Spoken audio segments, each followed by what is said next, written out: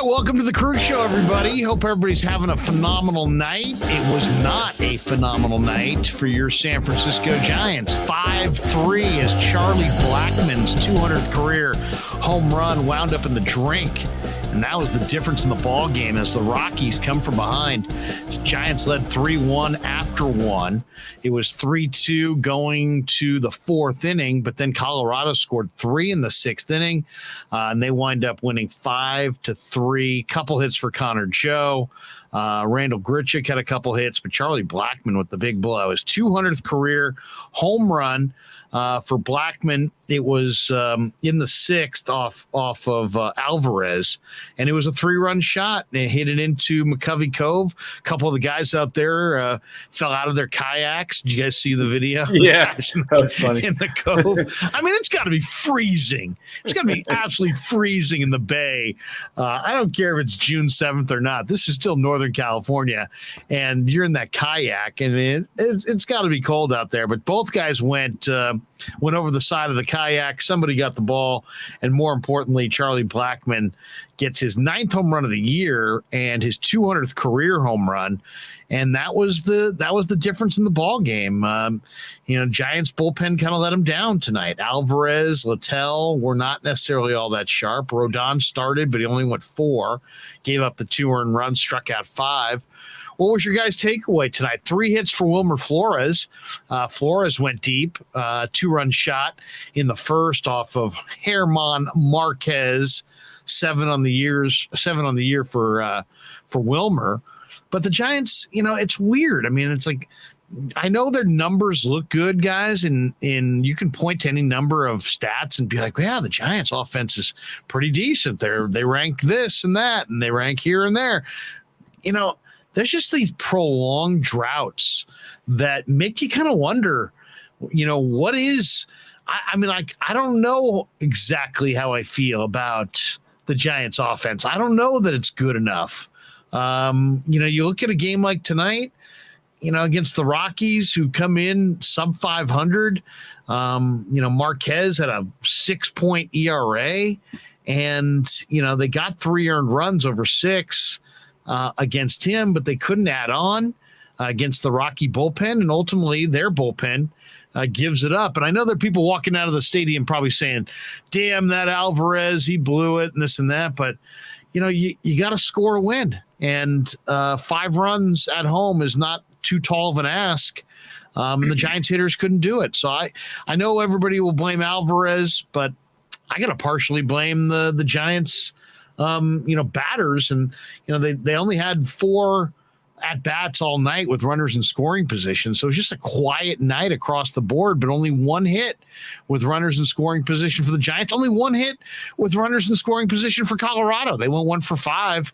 Giants went 1 for 4, but it was the 3-run bomb by Charlie Blackmon, who always plays the outfield walk-up song. You guys have heard his walk-up song in Denver. Yeah. What'd you guys think? 5-3 Colorado to get this series rolling. I'm starting to turn on Rodon a little bit. I love him when he first got here, admittedly, look, I wasn't watching too much Chi Sox. He was a really exciting dude. I was like, wow, this guy's a freaking hoss. He's, getting 12 strikeouts a game, but it starts like, oh, he's only going 5. He's only going 6. Interesting. And now that I'm looking for it, like, it was really brutal tonight, honestly. He had almost every single batter at some point with 2 strikes. And then there would be 5, 6 pitches after that where they're just, like, the batters, you can tell their approach, that you can tell their process now. It's like, oh, when there's 2 strikes, like, basically, like, they're just slapping foul balls, and like they know that Rodon's kind of hunting the strikeouts. And I don't know. I thought the process, because if you looked at the stats after 4 innings, it was like, he was comparable to Marquez. Like, I think he had, he given up 2 runs and 3 hits or something, and a walk, and Marquez was worse. But Marquez had freaking half the pitches. He had like 80 pitches after 3 innings. Like, you can't have that, especially when there's no, there wasn't some explosion or, Yeah, they're going to have to adjust something, because You're right, Ryan. They were just fouling balls off. I wish I had counted them, but there must have been 20 to 25 foul balls because he threw 98 pitches in only 4 innings. Oh my His God. line was 4 innings, 4 hits, 2 runs, and 2 earned runs, 1 base on ball, and 5 strikeouts with the leadoff homer to Connor Joe. You know, he was getting 2 strikes, but something's got to give because he's throwing that 4-seam fastball that doesn't seem to have a lot of movement. It seems straight right now. And earlier in the year, it seemed like it was having a little bit more kick to it, moving up in the zone. And now guys, like you said, they're just taking a short stroke, fouling it off, getting that pitch count up. Maybe the answer is, you know, he did work on a changeup, they said in the spring, but he doesn't throw it now. But you got to do something to throw these guys off a little bit. Maybe work on a changeup on the side, and he comes right after you, Danny. I mean, there's no question. Here would be my thought, Dan and Rye, is that we got spoiled early with Rodon. I mean, he was great last year, right? 13-5, his bust out year. But let's look at this for what he really is. I mean, he came to the big leagues in 2015. It's now 2022. So that is his eighth. This is his 8th year in the big leagues. He's a 500 pitcher. He's 46 wins in his career, 42 losses. He's got a 5.23 win percentage. Good ERA, 3.76, so sub 4 ERA. And he looked like he was coming into his own last year with the 2.37 ERA on the year. But I mean, he's got a it's great kind of like he's just another version of Gausman. Gausman's a guy with awesome stuff, but if you look at him, he's kind of a 500 guy. And if you look at Rodon, you're like, man, awesome stuff. But he's had arm problems. His arm starts to fatigue a little bit. He becomes kind of ordinary. And at the end of the day, he's a 500 guy. And the Giants are starting to look like a 500 club. The Giants, Joe Bertolucci points out here, he says the Giants are 13-12 at home. So they're roughly 500 at home. Yeah. I mean, what do you think? Is our expectation of Rodon guys maybe a little too high? Well, okay, so what's the deal with his arm? Because I've heard people talking about him having a little bit of a hurt arm last year towards the end of the season, but was that a thing? Or was that it's been a thing for most of his career? Yeah, he's had arm problems, He's been really good at times, but he's had a lot of arm problems. Okay, so going back to NC State, I believe. So sorry, Dan. So I'm looking at the game logs from the year from last year. I mean, it's 5, 3, 5, 5, 5, 5, 4, 4, 7, 6, 5, 5. It's not great. Yeah, he throws a lot of pitches. They're gonna have to, work on command and maybe getting guys to swing at 2 strikes and get the ball in the play in the play field. Yeah, let him put the ball in play. Yeah, to because your point, Ryan, Romo 2001. Sorry, Dan. He said, "Can Rodon ever make it to the 7th?" He did in the early part of the year. He looked great early in the year. I think he looked fresh. I don't think that's the major problem. Rodon tonight. I mean, he did throw a ton of pitches, and had he had a little bit more luck with balls in play instead of 20, 25 foul balls, maybe he gets into the finishes 5. But the hitting, they had 1 inning. That was it. The first inning. They got all 3 runs in the first inning, and then they put up 8 goose eggs the rest of the way. And we see that a lot, Dan. Yeah, we've seen that. That's kind of who the Giants are right now. Well, yeah, 42 or 44% of their runs this year are scored on the long ball. So they don't put together rallies of move the line. It's a walk or a base hit and a blast. And what was it? They scored 15 the other night. They got 5 home runs. So they're kind of feast or famine. If they're hitting the long ball, they seem to be scoring more runs, but they're not putting together crooked numbers in a lot of innings. It's just one or two. They got 5 hitters hitting under 229. Yeah, 5 hitters under 229 in one lineup. That's brutal. Now the league has been struggling, but still, that's brutal. Okay, also, can we talk about? So I think I sent this in the group message with you guys, but I was watching. Just because like it's now become a thing, and I have Angels fans friends, and I'm just like, they're like, oh my God, Joe Madden got canned today. Yeah, are you in extra innings again today, right now? Yeah, they were up 5-3. Now it's 5-5. Boston's up 6-5 going into the bottom of the 10th, so they'll probably lose again. But I was looking at that freaking Red Sox lineup because all I hear is like, the Red Sox are down this year. They have like 3 guys hitting over 330 in the middle of their lineup and hitting jacks. Like, what the heck? I don't. It's just I don't understand how we are like competing with teams like that. Well, they're moving up. Boston. They're starting to win. They're over 500 now. They were under 500 all year. I think I haven't looked at their record. I think it's like 28 and 27, something like that. They have moved into the 3rd spot in the American League wild card. And so they're starting to put wins together, and, they're going to be there. The Angels, I don't know what's going on with them. They're going for a baker's dozen tonight. I mean, they're in a free fall, man. They're in absolute free fall. It's like, talk about an organization that's like intent to never have Mike Trout ever play in October. I mean, they got off to a nice start this year. They actually found some pitching this year for the first time. They get the guy throws the no-hitters, Reed Detmers, the young lefty they just drafted in the first round. And they cropped the bed and in a free fall and now can't win a game. And they just dumped Joe Madden.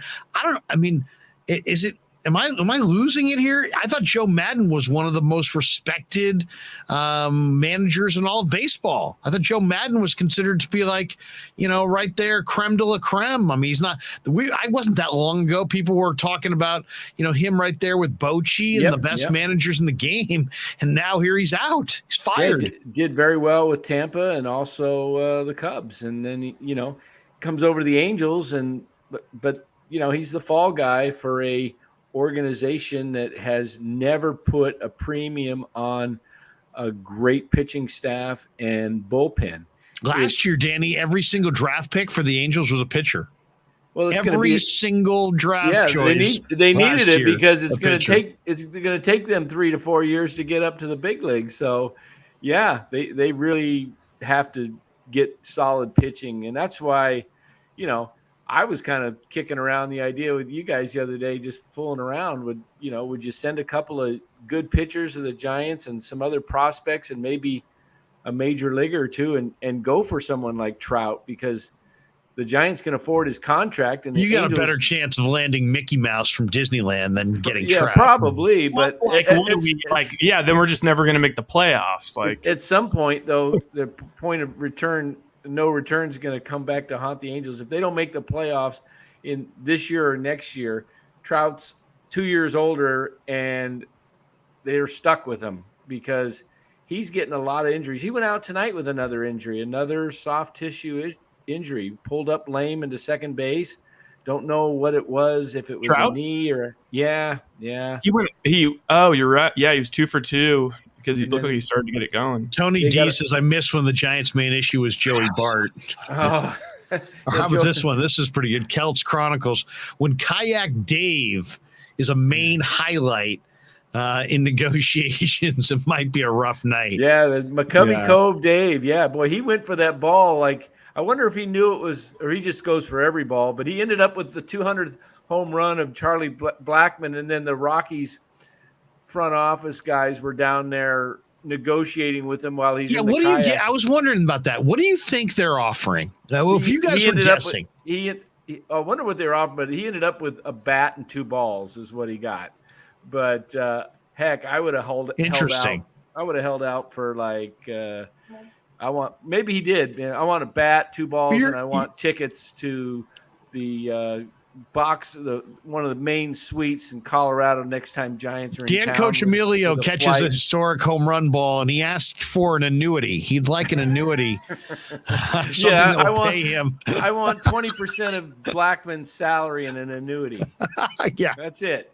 Danny gets an annuity out of it because he's a financial advisor. Forget the ball, Charlie. Romo 2001 says, maybe you'll get Goofy from Disneyland, but there's no chance you're getting Mickey Mouse. No chance. That's a really interesting thing to think about because, like, last year, with was that last year with Tom Brady and the fans with the getting the balls and then you have to get them back and it's like, what's the etiquette here? You don't want to get ripped on, but you also I feel like it's of some value, but for the most part, you're trapped inside the stadium. You're going to get got, you're on TV. If there's some other, some significant home run that happens to land in the water and there's a guy out there on a kayak, what are they going to do? Get the freaking, I forget I'm heading to Oakland with that ball across the bay. What do you want to do, Ryan? What are you suggesting, Ryan? Get out there on a jet ski and arrest the guy? I mean, yeah. Get David Hasselhoff and the San Francisco Baywatch crew to get out there. I'm thinking maybe Eric Burns. I think all these people swimming. Get him! Oh man, be awesome. That would be awesome. Yeah. That would be classic. Yeah, this is a good one. Dan, can we pay you in crypto? Your thoughts on crypto stuff, aka scams? Danny's not giving out free league financial advice on the show here. Yeah, you have to go to securemoney.com and contact him. He's not that easy.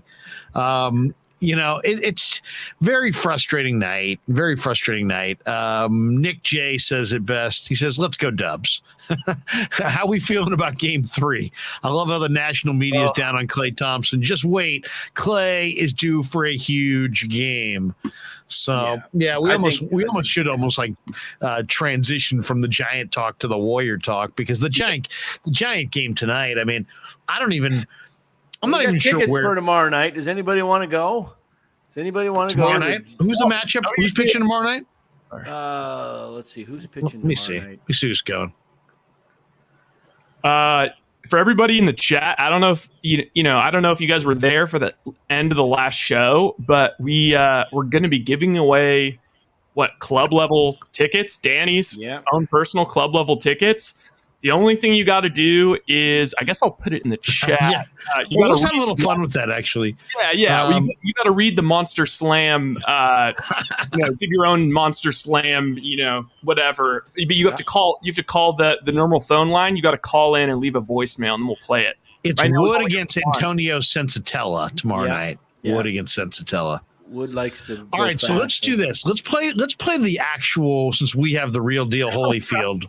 Let's play the actual highlight of Dan's incredible call that Fitz kind of looked down upon. By the way, it was just didn't show a lot of enthusiasm. Though Grant Napier's like, that was great. That was freaking great. Grant loved it the other night. Cracked me up. Says I should. Surprised that ABC didn't call me to replace Mike Breen. So we have a highlight. So basically what was happening, we've been doing the show for a couple months. So Danny and Rye were doing a what's the word? What do we call it? Watch party. And it devolved, and I wasn't there, and it kind of devolved into Danny doing play-by-play. Right. I mean, I guess it wasn't the whole time wasn't like that. Right, guys? You guys were having just a regular show. Yeah. We had Jay Hutch on, I think, for a bit. Yeah. Gotcha. So you guys are talking back and forth. But then as the game started to kind of, get a little tighter, Danny started doing a little play-by-play. And then that was the night where Wiggins just had probably the highlight of the entire postseason. Wouldn't you say? I mean, wouldn't you say that was probably the best highlight of the postseason so far? Wiggins with the I mean, it's right there. I don't know if it was the best, but it's close, right? It's close. Yeah, and it was and Danny walked into it. And he was very subdued, and then he went full Dave Fleming, Edgar Renteria, top octave, starting to crack up a little bit. There was, and then on the word slam, he got a little, extra cracky. Let's just call that. So we'll play it, and then all you got to do is imitate Danny's call. And whoever does the best job of imitating Danny's call tonight is getting those 2 tickets for tomorrow night. Is that the deal? Yeah. That's pretty good. One entry, one voicemail. Too bad we didn't have the video seats there. Too bad we didn't have the video, because the video is classic, because Ryan is 30 seconds delayed, right? Or 40 seconds. He's watching. So that's why I was doing the play-by-play, because we were watching different times. I'm seeing it live, and he's like 40 seconds behind. And so we're watching, and I just started, hey, Ryan, I'll just do play-by-play for you so you know what's going on, because he had the score thing up in there in the screen, and we were seeing the score before the video was coming on. Horribly so it was crazy. It's like, this is no fun. We already know they scored. So we got rid of the thing off the score off there, and I just started doing play-by-play. So I'm in my chair, my recliner, and I'm leaning, and I'm watching and I got the mic like this. I'm holding it as and I just started talking about describing what's going on, and then Wiggins goes in for this crazy slam. I almost come out of my seat. Not Danny, not crazy slam, monster slam. Yeah. Monster slam. But Ryan, he hasn't seen it yet, so he goes, "Oh!" Like, I was trying to be because I wasn't quite and sure.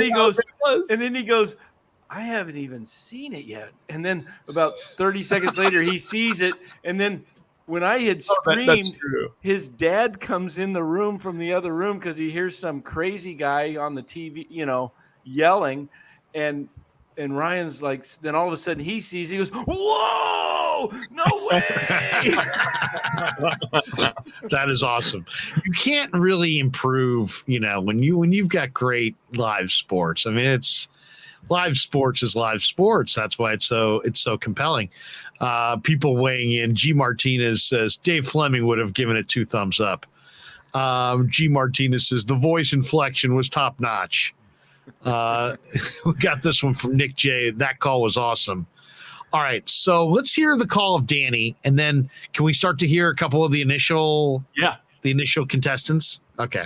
He's going to drive to the hoop again. He kicks it out to Wiggins. Wiggins drives, goes in for a monster slam. Oh, they're calling it an offensive foul. No way. I love the slam part is the best part, because that's where Romo 2001 says Dan popped out of the recliner with that call. Were you in the recliner, Danny? I was sitting in the recliner because I was wanting to get a good seat for the action. I was like, I'm doing this, but I want to be watching the game, so I'm into the game. Yeah, me and Dan were both a little ornery. We were like Chardal was on the program, and he was just coming with so many great takes. And they're all at once, and it was we're trying to watch the game, but then he'll ask some crazy, thing we got to think about how Eye of the Tiger would intimidate all the Mavericks. Yeah, do you think if they play the Eye of the Tiger, they'll intimidate? Yeah, the key to the Warriors series was Survivor. Yeah, meanwhile, I'm just so stressed. Oh my god, pretty close game series. Kelch Chronicle says I put a video up imitating the call on my channel. Monster slam. Oh, that is a Rebel 444. I really like Dan saying between the circles during his commentary. Danny, were you copying Fitz at any point? Were you trying to did you mention down to Wiggins at the elbow? No, did you use any of the descriptions that the announcers typically use? Yeah, I don't know if I got the elbow in there. I just said the corner. I'd be say he dribbles between the circles, crosses half court line. You didn't red moves rush around over to the wing.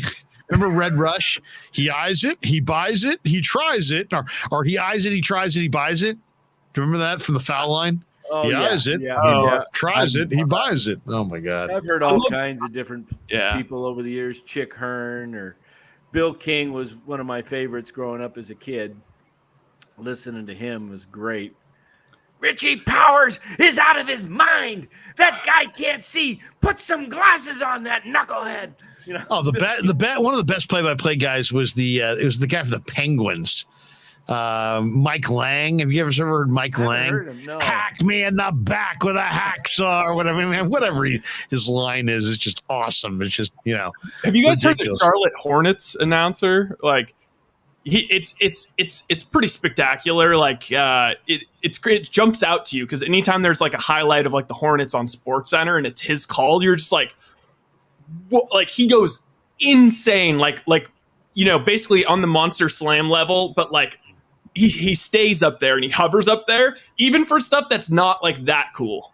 Like who I'd really love to listen to do a real play-by-play game would be Mike Breen because he's great on TV. When Curry hit that shot against OKC, I screamed and ran and like I was running around my house in college. They came back and Curry takes like a dribble over the half court line and he just fires it up and Breen goes, Curry, bang, bang. That's a good one. Oh my goodness. I'll tell you, the Hank Greenwald 27 years of waiting have come to an end. The Giants have won the pennant. Yes, I mean, when I've heard that call, I mean, I get chills. Yeah. I literally get chills. Like every single time I hear that, I'm like, yeah, I love that. 27 years of waiting have come to an end. The Giants have won the pennant. And it was just an awesome call by Hank Greenwald. Okay, so we have people in the chat. Do we have any calls we got to play? Anybody? Well, so we have Romo 2001. All right, I haven't listened to him yet. He did call twice, and the second one says like, let me try it again. So I'm just not. Let's do the first one. No, let's go first, and then let's do second. Hopefully, there's no. Well, okay. Well, have you previewed this at all? No. So we have no idea what this guy's saying. He's dropping F-bombs or something. You know what he's saying because there's like a speech to text recognition on the Google Voice. All right. So this is just going to be anticlimactic. Okay, here we go. All right, here we go with Dan's impersonation. He's going to drive. Oh, I messed it up right off the get-go. I'm going to call right back. That's great. I love it. He's one sentence in. He's like, I already messed up. I'm calling back. That's classic. Oh, that is awesome. People, as they're starting to study this, G. Martinez says the no way is also good. We got this one from Carlo P. Says, every time I appreciate oh, no, they're calling it an offensive foul. No way. He's appreciating that more as time goes on. Can we hear Danny's call one more time? I do like that. Danny did go from the high-pitched cracking to no way with a deep voice. Yeah, it did get reversed. It got reversed. He's going to drive to the hoop again. He kicks it out to Wiggins. Wiggins drives, goes in for a monster slam. Oh, no, they're calling it an offensive foul. No way. It's like watching like Goodfellas or I don't know, some movie, and it's like it's no longer. You find other quotes that you start to really love, and exactly those mainstream ones. Todd K says club level on the aisle, close to the bathrooms, and right next to the concession stand. Dan doesn't let down. So somebody knows where your seats are, Danny. You're like high profile. I think we mentioned it on the show Sunday night, right? I think we just kept saying that it was close to the bathroom. Yeah, and everybody's like, "Oh, it's close to the bathroom's great." Oh, it's right next to the bathroom. Are you kidding me? That gets the older demographic is suddenly bidding now. They want to try. Here it is. Tony D. Scratch my back with a hacksaw. Oh, is that the Penguins? That's the Penguins guy, Mike Lang. Scratch my back with a hacksaw. I mean, what does that even mean? I mean, when would you say that? Why would you say that? I mean, that's just epic. I don't even know what a hacksaw is.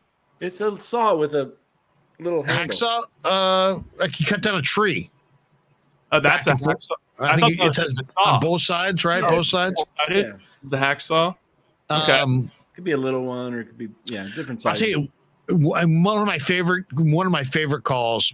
When I forget what year it was, but the Brewers won like 21 in a row, and Dale Swaim hit one out in the 10th, and this was when Euchre was like in his prime.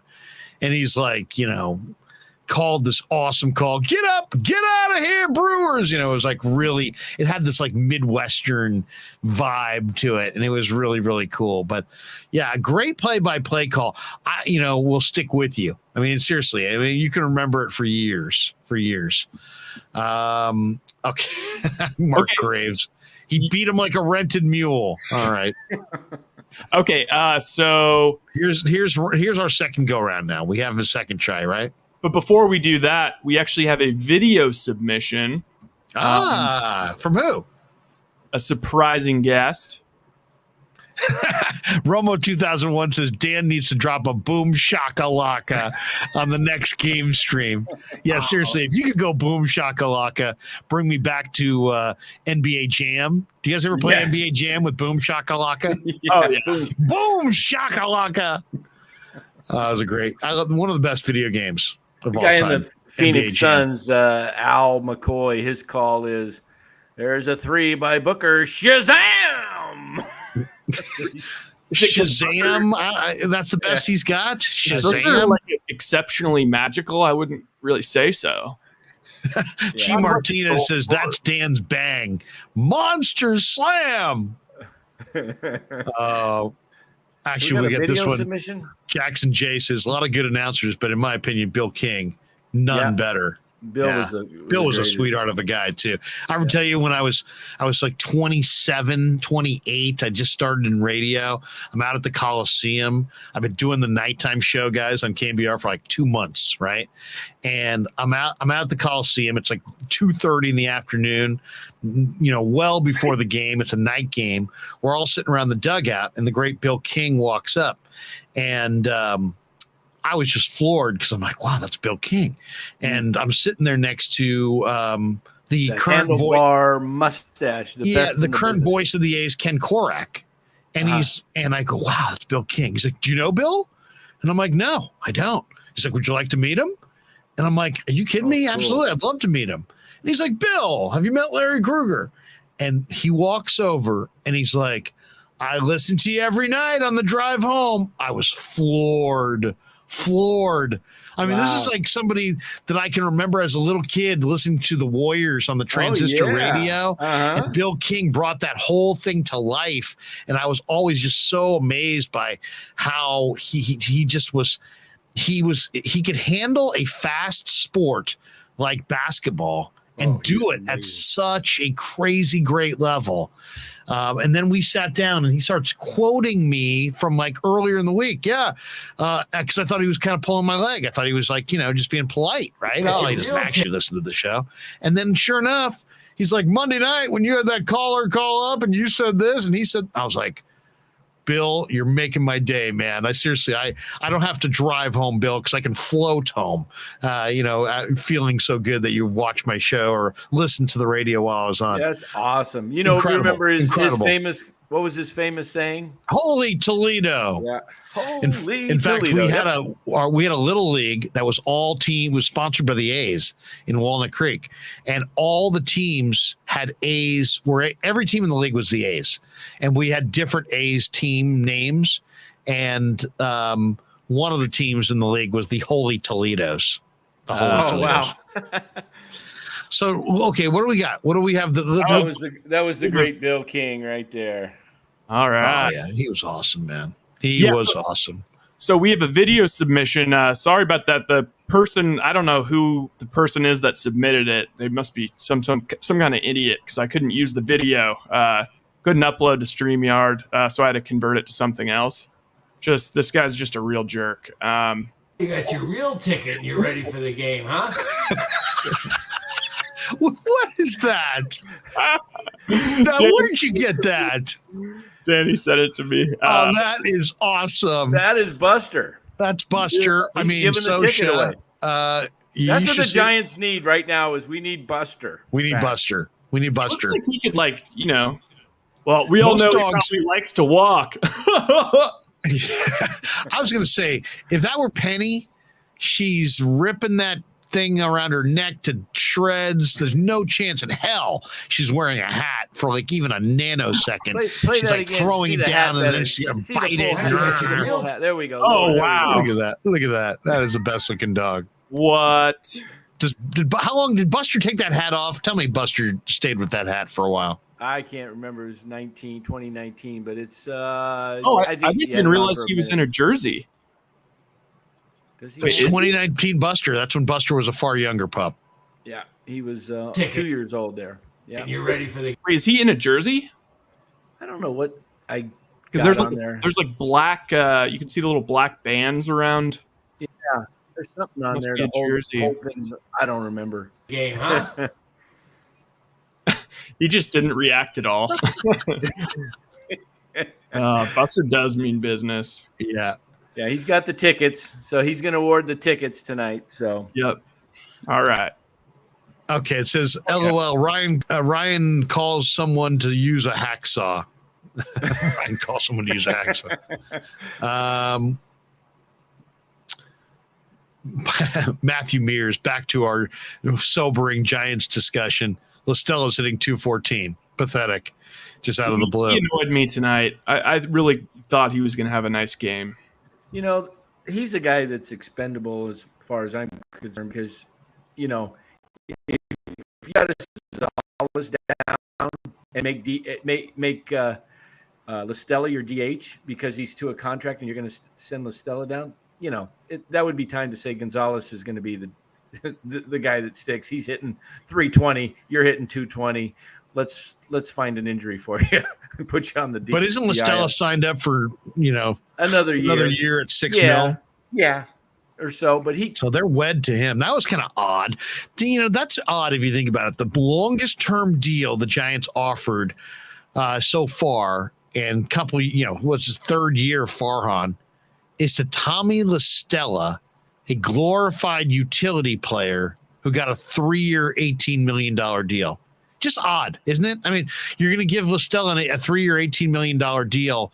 And that was nothing compared to many deals the Giants gave out in previous years. But it is odd that he would be the guy that they would invest in so much. yeah, Pretty odd. is this his second or third year? No, my goodness, he's been around for much longer than that. He came over. Did he come in 2020? Wasn't he on the World Series Cubby team? No, I mean with the Giants, second or third year with the Giants. This is he came over in 2021. Okay, so this is only his second year. Okay, so he's got one more year after this. I mean, hey, he might be a guy. He's a 10-year veteran. This is his 10th year in the big leagues. But he might be a guy if they needed a roster spot for Gonzalez and somebody wanted a all around. A guy's a good player. I mean, he is coming off that injury, so he hasn't had a ton of at bats this year, but he's a good on base guy. He's a career 341 on base. I mean, so that's a good see number. I see why Farhan signed him. I mean, he can, when he gets dialed in, he can hit, and he has a good eye. To me, that's part of the problem right now. He's swinging at pitches that he normally wouldn't swing at. He's swinging at balls that are not even close to the strike zone this year, which is really rare because he'll usually. We're still talking about a guy who you're using as your DH, who has he's only had one season in his entire 10-year career with over 31 RBIs. And use your DH. I mean, to me, the DHs would be ideal, would be Jock and Ruff, and then you play Gonzalez, Yaz, and Slater or Wade when Wade comes back, and you keep your outfield good where you got 3 guys that can move around. Keep Ruff out of the outfield, leave him to DH exclusively against lefties, and Jock could be your DH, and then you got Gonzalez, Yaz, and Wade when you're facing a right-hander. That's, to me, their best lineup, and I think that's when they start really dialing it in and start hitting. When Belt's back and Wade's back and you've got those guys in the lineup, it's going to make everybody better. Crawford will start hitting better. As you get more guys hitting. They miss Belt. I mean, he's a real presence. To me, he's the one that makes the whole lineup go. I know it was kind of like a joke last year. It's like I'm the straw that stirs the drink, but it's really true. I mean, he's far and away the biggest presence in their lineup. I mean, I guess Peterson is close. Tony D says Farhan loves Listella because he works counts. He gets on base pretty often. He's got some power. Well, some power. He's 1 year, and he's been in the big leagues 10 years. He's got 1 year with 16 home runs. His career high, other than that year, was 7, and it was last year. Yeah, I don't know what the Giants 77 games. I don't know what the Giants' record is without Belt when they lose, but I know when he's in the lineup, they're 653. They're 17-9. Ryan did it the other night. Matthew Mears says if the Giants send Luis Gonzalez down again, they're smoking something stronger than Cy. Cy gets a drive by. Hey, okay, this is comforting to see. So, to punish myself, just that thing that we all do. I went to Gosman's game logs because I was expected to just be like, God, we should have kept Gosman. Gosman's doing the Gosman thing already. Awesome first half, you mean?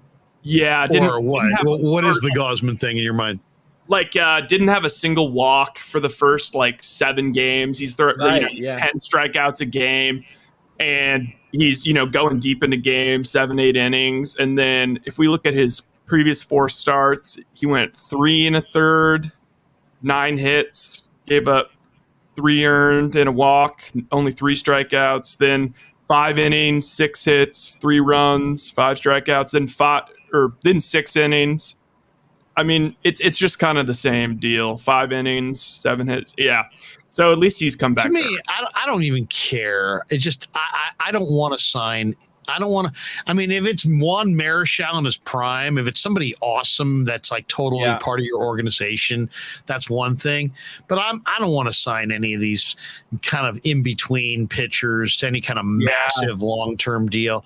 Give me 2-year deals. Give me 3-year deals. Nothing over. I don't want 4 and 5 year deals. I don't think anything over 5 is just malpractice. I mean, there's no chance in the world. I mean, it's 1 pitcher, 2 pitchers in the league that I'd want to give that money to, and I just wouldn't feel good about it. So I got no problem with I think Farhan's decision to let Gosman go to Toronto and then take that at $22 million per year, and define Rodon for a 2-year commitment at $44 million. No, it's a brilliant move. I think that was it was a brutal move. No, it was a good move. I mean, I said brilliant. Oh, brilliant. Yeah. It was a brilliant move because you minimized your exposure. Absolutely. Let me ask you, there's, by the way, a couple in the chat that are pretty good here. Donovan says, when was the last time the Giants had a power hitting third baseman? They've all sucked since Tom O'Malley in 1982. Whoa. Kevin Mitchell. Wait a second. Donovan. Tom O'Malley. Yeah. You want to go talk about suck? Is he talking about farm system, or is he talking about third baseman altogether? Because Kevin Mitchell's 1989 season. Well, and Matt Williams. Matt Williams. I mean, Matt Williams is we had Williams in 80 or Mitchell in 87 was playing there. How about Sandoval? Sandoval, Williams. Yeah, Pablo come on. Matt Williams and Sandoval are Triple Crown threats compared to Tom O'Malley. Tom O'Malley really did stink. I mean, he really struggled. He had no power. He had no speed. He was kind of a heartthrob because he was kind of a cutesy guy that everybody loved, but he had no ability. I mean, check his major league stats. Donovan, I think Matt Williams in the first half in 1994 had 40 home runs. Oh, he was taking on. He had a shot at Maris's record in '94 when the strike hit. That was one of the most bitter parts of the '94 strike for Giants fans. Is that the Williams almost every game? Yeah, the Williams pursuit of Maris died right there in August. This is the other one I thought was good. Nick J says, just putting it out there, is Farhan here in 2027 As Kyle Shanahan would say, what's your way to think about? Are we in California in 2027? Exactly. Will California crack off and be part of the Pacific Ocean by 2027? Nobody's going to need guarantees that anybody will be anywhere. Yeah. But let's talk about this for a second. Where are you guys with Farhan Zaidi as the Giants executive? Is he done an incredible job, a good job, a mediocre job, a suitable job, a subpar job? I mean, Incredible. How I'll would go you? first. I'll say incredible. Incredible. They won 107 games last year, and they were expected to win maybe 80 or so. I don't remember what the over-under was in 21, but it wasn't much over 80.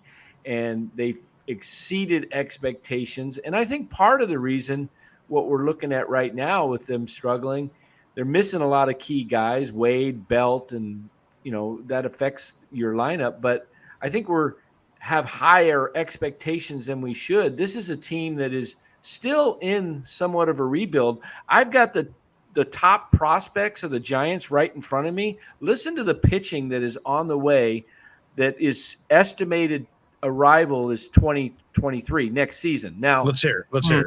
Probably some of those will be Killian. Oh no, he's a Cub. All right, go ahead. Some of these will be 24, I'm sure, but what they're saying is Harrison next year, sometime in 23. Doesn't mean the start of the season. Could be August, September.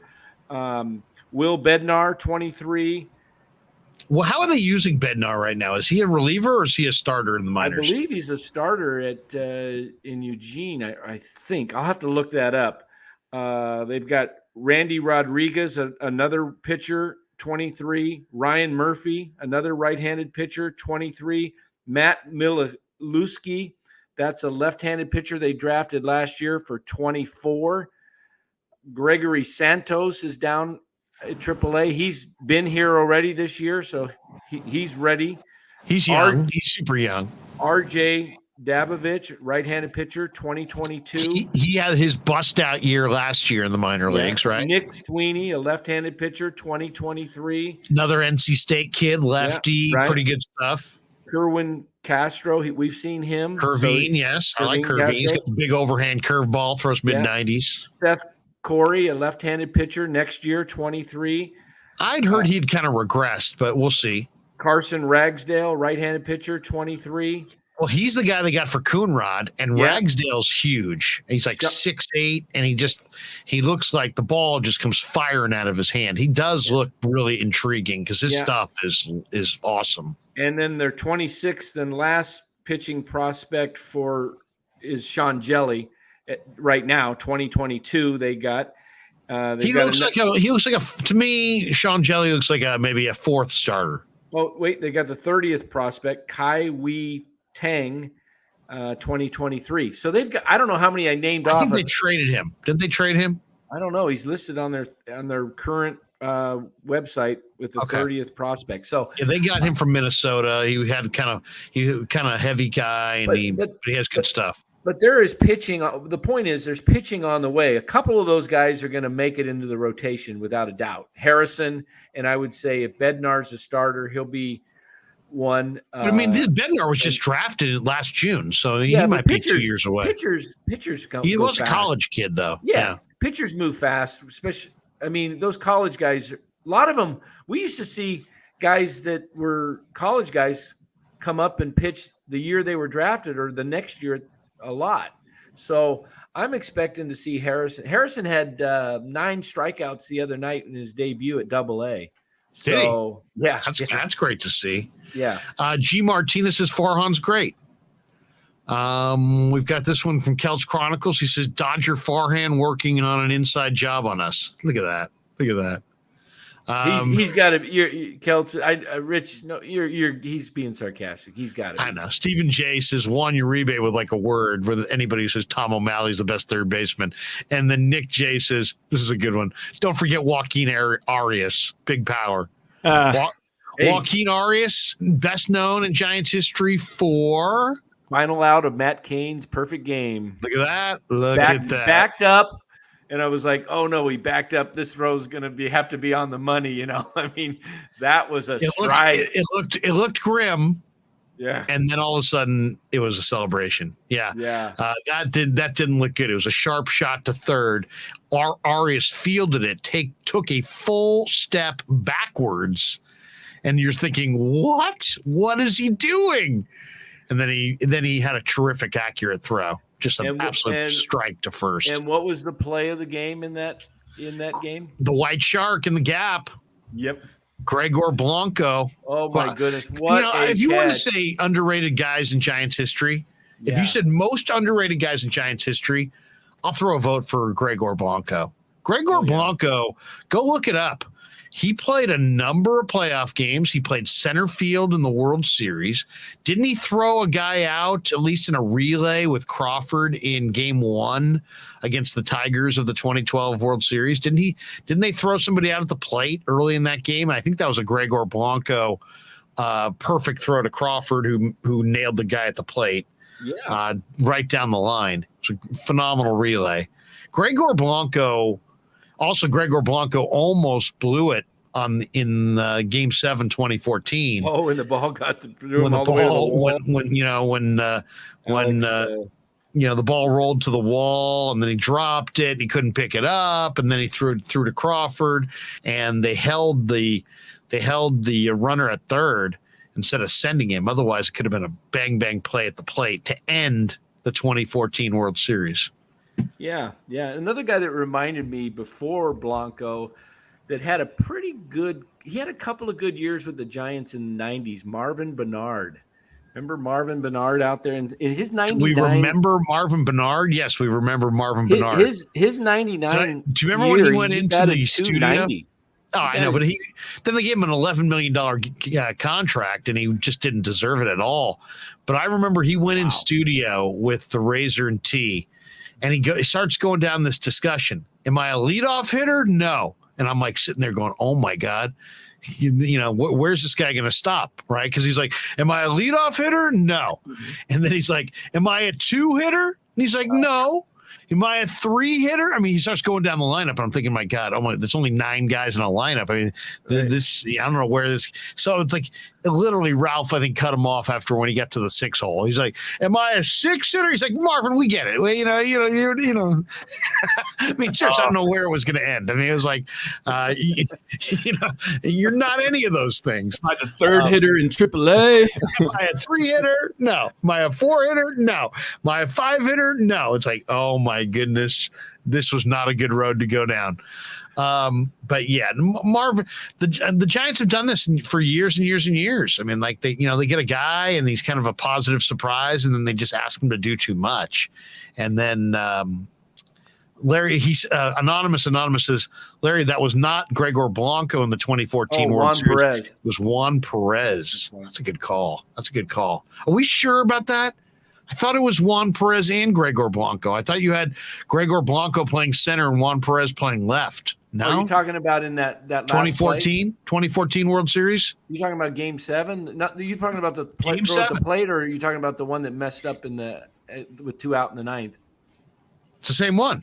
Yeah, that was Blanco and Perez out there. Yeah, it was Blanco and Perez. Yeah, out there, and Perez, they couldn't pick up the ball, neither one of them. I think it was Perez that was kicking it, right? Yeah, I think so. Yeah, Perez was actually kind of a pretty good Giant there for a while as well. I mean, the Giants, if you think about it, one of the most amazing things about the Giants winning the World Series is the fact they won a World Series with Gregor Blanco. They won a World Series with Juan Perez. They won a World Series with Travis Ishikawa. I mean, these guys played significant roles. They won a World Series with Mike Fontenot. Remember Mike Fontenot? I mean, didn't Boch bench Pablo in the 2010?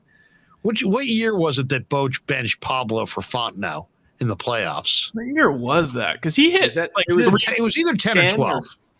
He hit like 330 with 25 home runs in both 10 and 12. Well, it could have been 12 because he hit 3 bombs in game 1, and it had to be 10. I think it was 10. I think Boch was playing Mike Fontenot over Pablo in the 2010 playoffs. Okay. Also, not to be a total Debbie Downer, but I looked up Kyle Harrison's game log because I was like, I want to look what he did. He had 9 strikeouts. So he did have 9 strikeouts in his first game, but it was 5 innings. And he also gave up 6 hits, 2 runs, a walk. And then his last outing, he went 3 innings, 6 earned, home run, hit pitch, walk, 5 strikeouts. He is stepping up to another level. But 9 Ks in 5 innings is pretty good. Yeah, but it's like Rodon. Hey, don't forget 2010 third baseman Juan Uribe. And then Well, he I goes- love Uribe. Yeah, and then he goes to the Dodgers. Juan Uribe at the bomb against the Phillies to right. Yeah, That was a huge one in the LCS. yeah. I mean, Juan Uribe was another one of those guys that, like, if you say that name now, you don't think about how good he was. And then He was damn good. yeah. And Seriously, then remember how good he Ned was? stole him. Ned stole him. Yeah, that's true. That's true. Probably overpaid him too. Ned also got Jason Schmidt for big dollars, and I don't think Schmidt ever pitched for the Dodgers, did he? He But did a I thought they little, gave him I like think. $40 million, and he never got healthy. He didn't get healthy. No, his arm was shot. Yeah. Todd K says, shout out Greg Papa and Tim Ryan's new contract with the Niners. Yeah, through 2028, I saw. Shout out. I'll tell you, I love those guys. They both do a great job. I saw Tim today at practice, and I'll tell you, Tim is one of my favorites. Absolutely one of my favorites. Greg too, but Tim is just. I think Tim Ryan is a really, really good color man. You know, when it comes to. Oh yeah, he's great. He's great. You know, there was one though. There was some guy. I think either heckling the Niners or heckling Tim. And Tim in the middle of the broadcast is like, shut up. Why don't you just shut up? Do you guys remember that? He's like, yeah, you over there, just shut up. I'm like, Tim's big boy, man. Yeah. You're talking about former Chicago Bear defensive tackle, you know, guy who played at like 305. And, the last thing you want to do is anger Tim Ryan. But yeah, that was one of my favorites.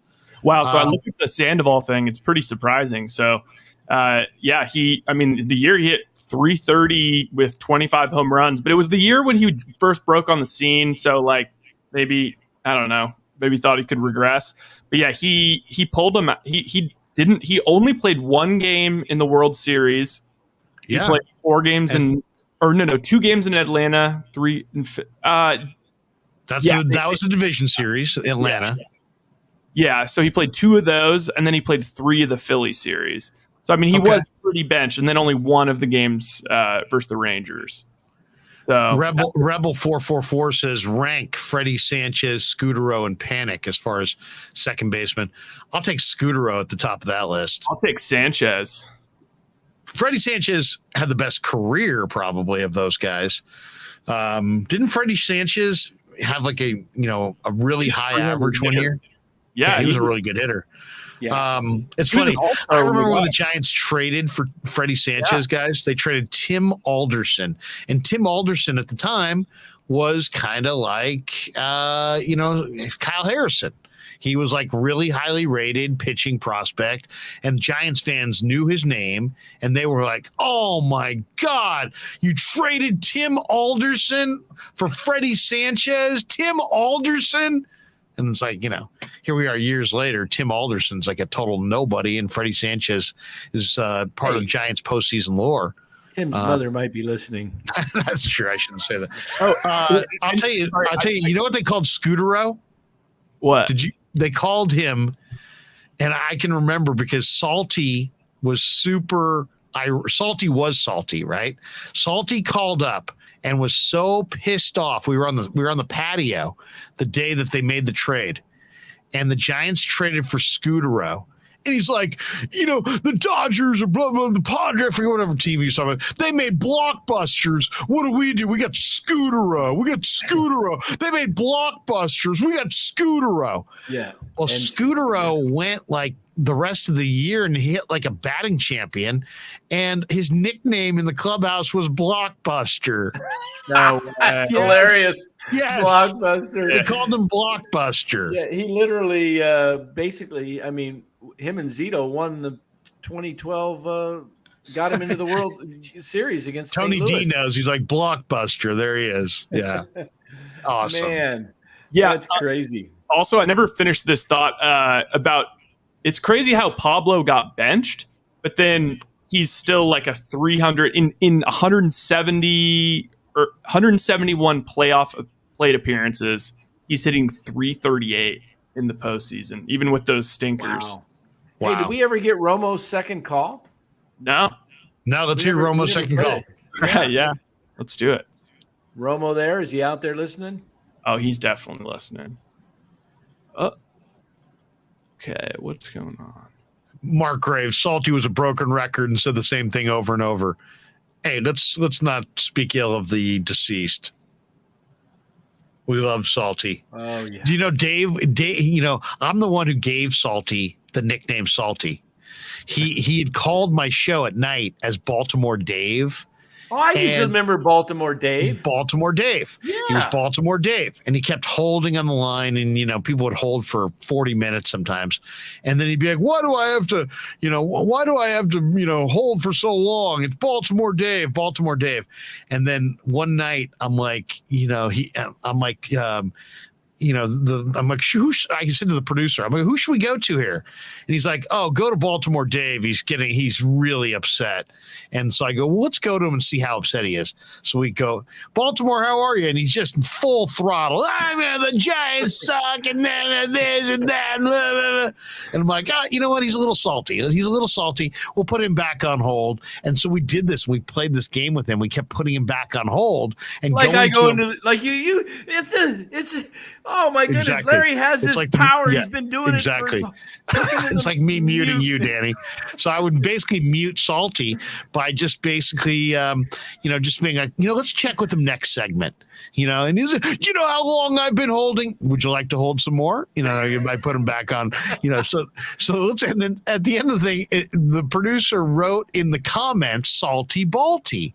So we kept going, let's go check on Baltimore Dave. Oh, he's so salty now. And he's like, they ought to train this guy in Sabian. I want to talk to Sabian. Why do I get I'm like, it's Salty. Come on, Salty. And sure enough. Could you imagine Larry with control of the he's president of the U.S. and he's got the red light. You knock it off or I'm going to blow you up. I may hit the button. All right. Tony D says, I have the perfect nickname for him, Larry. Well done. Thank you. Yes. Salty. All right. Let's hear the second edition. All right. All right, let me try this again without laughing. All right. He's going to drive to the hoop again. He kicks it out to Wiggins. Wiggins drives, goes in for a monster slam! Oh, no, they're calling it offensive foul. No way. Oh, that was awesome. Good job, Romo. He even got the crack up there. Yeah, he must have Wait, let's hear them side by side. Let's hear Danny one more time, and then let's quickly hear Eric. Okay. Okay, here's Danny, the original.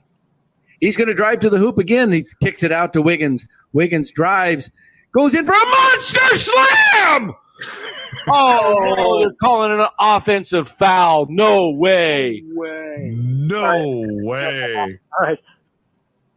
He's going to drive to the hoop again. He kicks it out to Wiggins. Wiggins drives, goes in for a monster slam. He's going high on the monster, too. Offensive foul. No way. The monsters. He started crackling on the monster there. He went extra cracking. He overcracked. To try to compensate. Because like the beginning was a little slow. You could tell he was getting his footing, but honestly, that was a little bit like Danny as well. That was good. That was good. Hey, any competition? Anybody going to call in and try? Yeah, seriously. Are we just giving these tickets to Eric? I mean, you got a few minutes before we close off the contest here, but call in.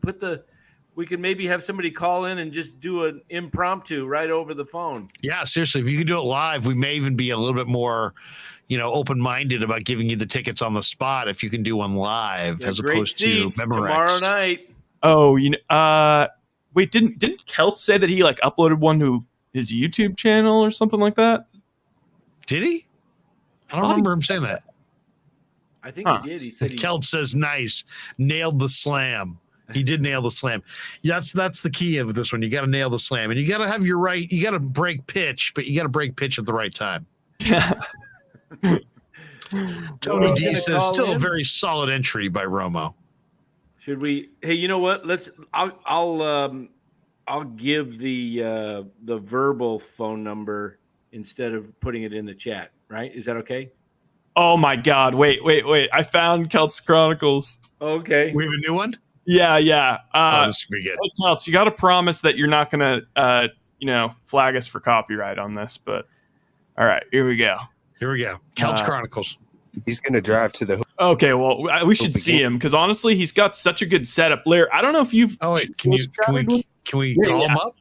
Or I'm gonna get it on add the him to the stream.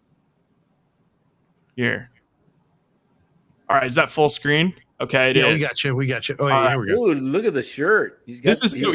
He town. came on. He's got the town jersey. He's got a Warrior hat. He's got the mic. Look at that. Also, he was on the stream. He came in and joined on a video call on the famous Wiggins stream. Did he? That's right. Okay. He did. That's right. I remember. And he has. And I was like, how does he have such a better setup than any of us? No, seriously.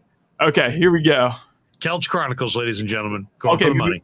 You know what? One more. We're gonna do one more. He's going Danny. to drive to the hoop again. He kicks it out to Wiggins. Wiggins drives, goes in for a monster slam. Oh, no, they're calling it an offensive foul. No way. No way. It's a real deep no way. Danny went extra deep to compensate for the high pitch there. He could have easily gone no way, but instead he knew that he had cracked earlier. So he had gone Peter Brady earlier. So now he's trying to Ryan's going, who is Peter Brady? It was part of the Brady bunch. Yeah. It's time to change. You got to rearrange. All right. Danny knew he had gone high pitched, and so he doubled down on the depth of the deepness of the oh no. Suddenly he's Wolfman Jack. Oh no. Okay, here we go. Celts. He's going to drive to the hoop again. He's going to drive to the hoop kicks it out to Wiggins. Wiggins on the drive and goes in for the monster slam. Oh, no. Offensive foul. Oh, man. We got double there for some reason. I wonder if it's it was double? Yeah, Wait, we got kind of double. I think we've got two. You're playing it off two things here, right? Because we got two streams open here. Yeah, wait, let me think about this for a second.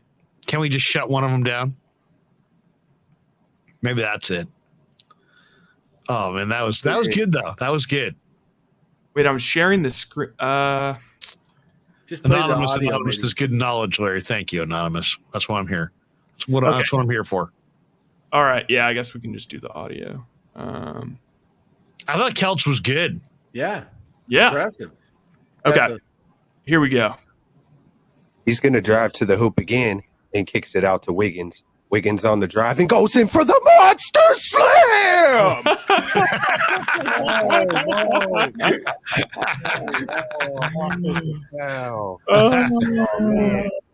Oh man. We got a tough. This is tough. This is now getting dramatic. I think Celts is set up, and Celts definitely went with the voice crack, but he kind of went multiple cracks there, didn't he? Yeah, Wait, let's see. Let's let people vote in the chat. Who's better between Romo or Celts? Romo or Celts? Let's hear Romo one more time. All right. We'll see if anybody can top any of these. Without laughing. All right. Again, he kicks it out to Wiggins. Wiggins drives, goes in for a monster slam! Oh no, that's calling an offensive foul. No way. Oh. All right. Celts is actually weighing in. He says, gift it to Romo. Oh, look at that. Gift it. Now he's already, that's like, that's his way of saying there's a fix. All right, let's hear Celts one last time there. Oh, sorry. I was okay. There we go. Maybe they want to go together. The hoop again and kicks it out to Wiggins. Wiggins on the drive and goes in for the monster slam. Oh no! Offensive foul. I think we got to give it to Romo, but like the chat right now is saying Romo. Tony D says Romo, slight victory for Romo. Okay. Hey, Tony D, call in and give it a shot. Wait, seriously. Anybody who wants to give it a try? What's the number, Ryan? What's the number? I can 510-823-0534. 510-823-0534. Call now. Can we put a banner? There we go. I'll put this one up there. There we go. Don't leave a voicemail, though. This is going to be live. This will be live. 510-823-0534. Give us your best Monster Slam impression of the great Dan Coccimilgio. No relation to Steve. Actually, they're brothers. And whoever has the best call is going to Giants-Rockies tomorrow night, whether you like it or not. All right? Dan's going to break into your house and leave you 2 tickets. Oh, wait. Are we giving away 2? Yeah, 2 There's tickets. 2. Yeah, it's a pair. It's a pair. Well, I feel like you want these guys to go together? No, that would be funny. We're forcing 2 people together that don't know each other. That would be awesome. I'm down for people to call in and that to be another submission, but like Romo shouldn't have to call. The man followed the homework assignment to a T. Yeah, he did. Romo's probably the leader in the clubhouse, right? Romo's the guy to beat at this point. Yeah. He was so locked in on the first call that he knew that he botched it just like a half a second, and then immediately just said, like, I'm going to call right back. Romo's in the clubhouse, and he's 12 under. All right, here we go with Dan's impersonation. What did he say? Drive. Oh, I messed it up right off the get-go. I'm going to call right back. That's the best. I'm going to call right back. That's great. Rebel 444. Both are good, but yeah, I'd say Romo. Romo definitely is in the clubhouse with a 4-stroke lead right now, and it's going to have to be a furious comeback in the last 2 holes. We're going to need a double eagle to force a playoff. Who's Phil Mickelson bet on? That's what I want to know. Matthew Mears says flip a coin. No Mears. Mears is on the chat all the time. He doesn't come in. Ranger 44 says the no way is important as well. So I want to see Mark Graves come in. I haven't seen Mears come in. Rebel 44. They don't want to embarrass themselves. It's an embarrassing contest. G. Martinez says, yep, the nuances count. LOL. Romo 2001's getting cocky. I'll take all comers. I'll take all comers to enter the ring. One man leaves. Now he's quoting Tina Turner and Mad Max Beyond Thunderdome. 2 men enter, 1 man leave. Did you guys ever see that horrible movie? I didn't see. You see Tina Turner and Mad Max Beyond Thunderdome? I mean, it's Tom Hardy one. It's such a shitty movie. It's unbelievable. I mean, it was just that bad. Oh, by the way, I'm going to do an impersonation. I've got Jay Hutch on the line here. Okay. Yeah. I don't really like Luis Gonzalez and left. Yeah. And he's going to drive to the hoop, kicks it out to Wiggins. Wiggins goes up. It's a monster slam. Sorry, honey. Sorry. No, sorry, honey. Sorry, honey. No, I'll be quiet. No, I know. You're the mayor of Murfreesboro. I'm nobody. I'll be quiet. I promise. Jay, shut up out there. Get in here. I'm trying to sleep. Someone's got to work. I'm not going to lie. That one time Jay Hutch, when we first started doing this, and Jay Hutch, I think it was like on one of the second or third streams, and Jay Hutch like called up with his wife in the next room. Well, no, but originally the whole thing was like he said he had some theory that was going to like blow our minds about Farhan, Farhan or something. Yeah, and then I couldn't quite understand it. But you know what we should do? We should turn this contest into if you want to imitate Danny on the Monster Slam, give us a call 510-823-0534. But if you want to do a whispering imitation of Jay Hutch talking with his wife sleeping in the next room with his sports points, we will also take that as well. I mean, could you imagine how awesome it would be to have people leaving voicemails of, what do you think of the possibility of using Alex Cobb out of the bullpen? What do you think? I'll tell you what, Farhan. Farhan is I like Murfreesboro. It's a good place to live. She's sleeping right now. Farhan is a genius. Try to keep it down. Farhan's a genius, guys. He's got this thing down. He knows that next year they're going to change the strike zone. And that's why he's got the kind of players he's got. He's got this. He's got this. It was something like that. Wait, now I'm intrigued again. Why I gotta forget? Yeah, I called in the other night, I think. I'm just trying to keep it down because she's in the other room. I'm just trying to keep it down to a low roar. Tony D says the whispering tones of Jay Hutch. Oh, awesome. Tony D is like, ha, ha, ha. Counts is like, LOL. Oh, my God.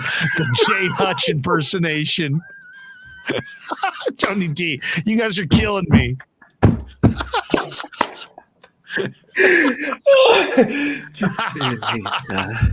Right now. Wait, I'm like really impressed with Danny that you like had the recollection because that was really similar to what it was. It was really similar to that cadence too. Farhan has got this, guys.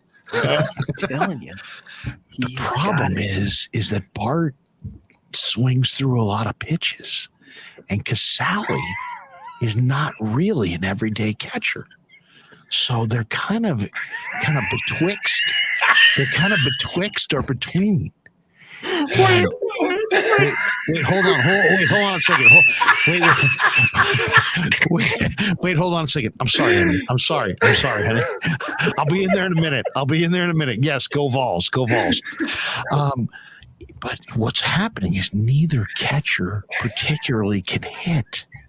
And so they need Papirski to come up by Danny. Danny's gonna vomit.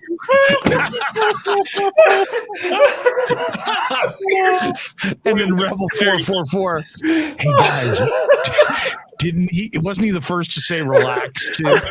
Hey guys, I just think you guys need to relax. Wait, we should do like a character, like a bit where like Larry plays Jay Hutch announcing the Masters. Something like that. Yeah, exactly. Exactly. Colin Morikawa with the undulating green. It moves from his left to his right. There's a slight wind coming up.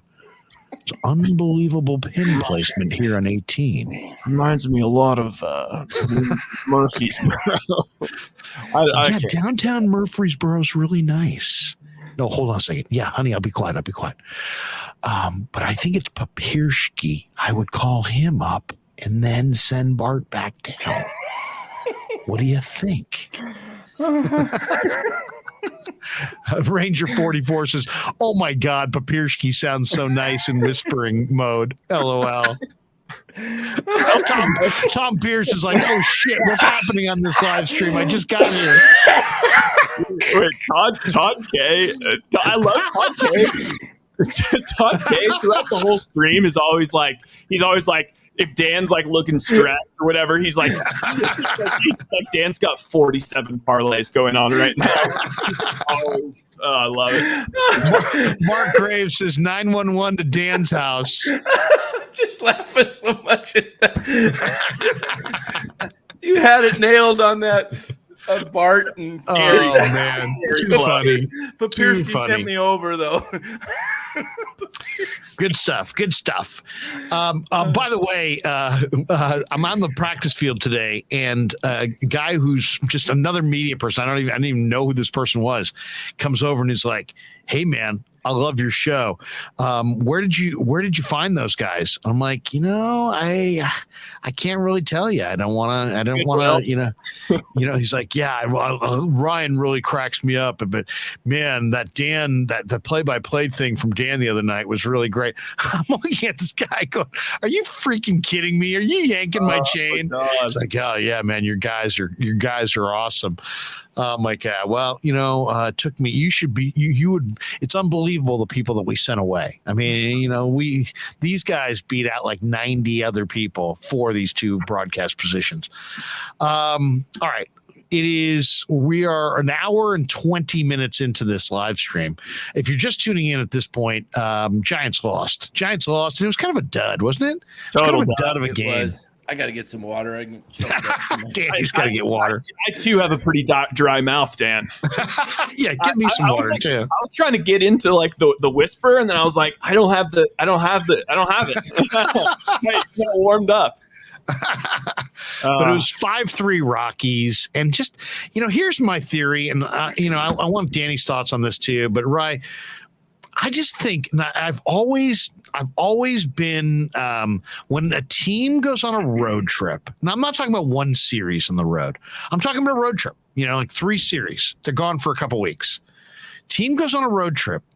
Always either stay away from betting on them or bet against them on the first game back. And I don't know why that is. And we could probably get a baseball player on here or former baseball player on here and talk a little bit about the whys and why exactly that is the case. But man, I've seen it for years and years and years. Giants go on the road. It doesn't matter if they play well on the road or not.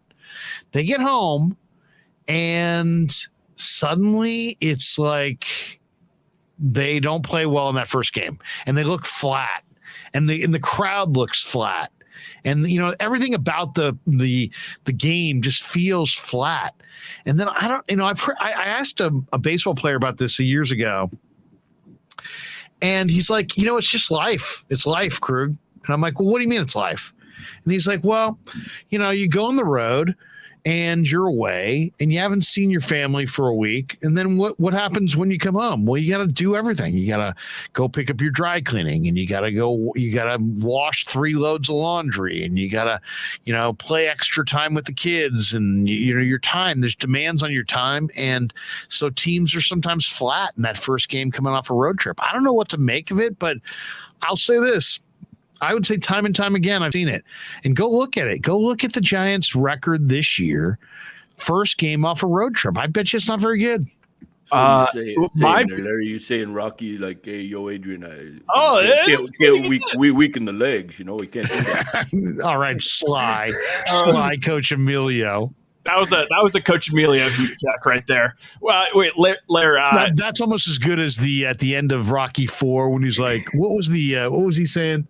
Yo, Adrian. You was a changing, and we change, and you guys change, and then we could produce. We're all you can change. People can change. Remember that at the end of Rocky 4, and he's trying to unite the Politburo and all the fans of Moscow on rooting for Rocky against Drago. Nothing is better though than the line from that movie. If he dies, he dies. Could you imagine if you said that in sports where somebody actually died? He dies. You think the negative ramifications for Drago if he played on the Phillies and some guy died on the Mets and he's took the mic at the game and said, if he dies, he dies. That guy Drago is just unbelievably cold, man. I mean, could you imagine around the horn and PTI and all first take the next morning?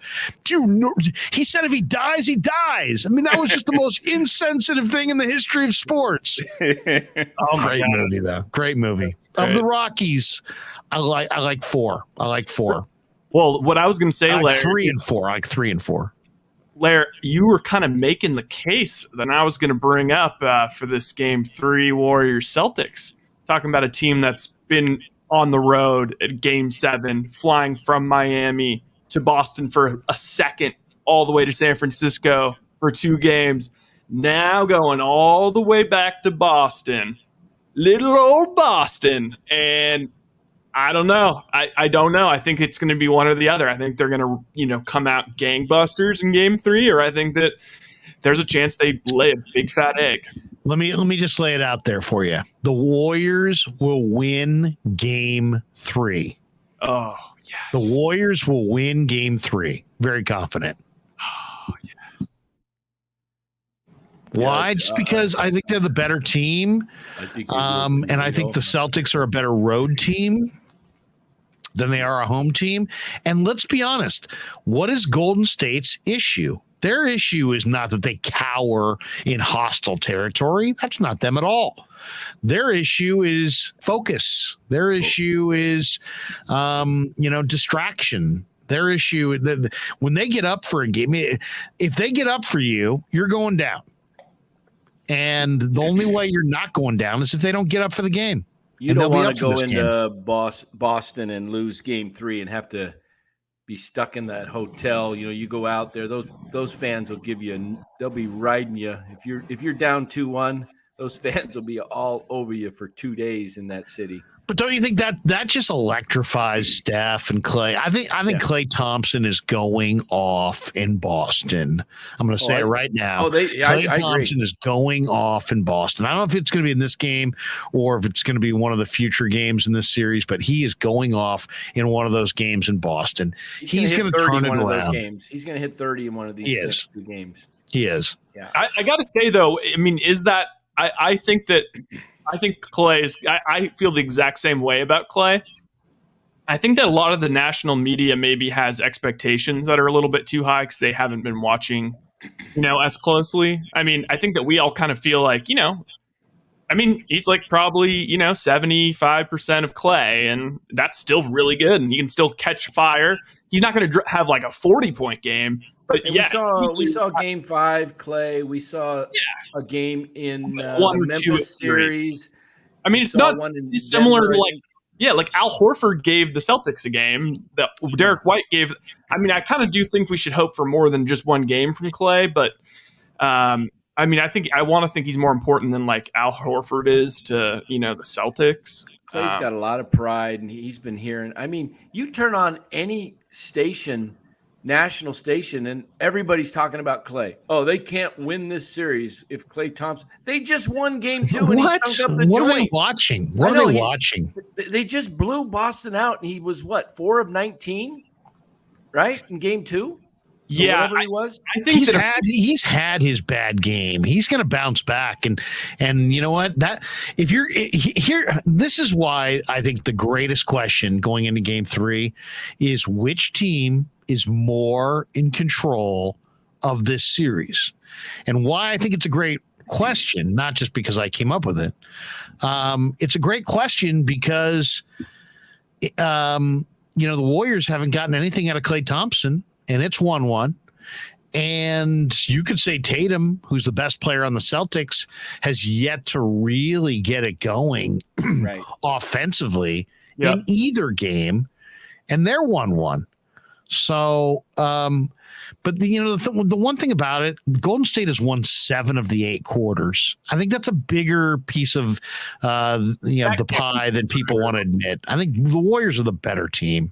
They're the better team, though the East was better than the West this year, especially the depth of the East. And there's no doubt. I mean, Steve agreed with me. I think it was Cy that disagreed, but I couldn't even get Cy to agree with me on the fact that the Warriors have had an easier route to the finals than the Celtics. That's crazy. Cy's nuts if he thinks the Celtics, the Warriors got Denver with no Murray. They got Memphis with no Ja for the most part.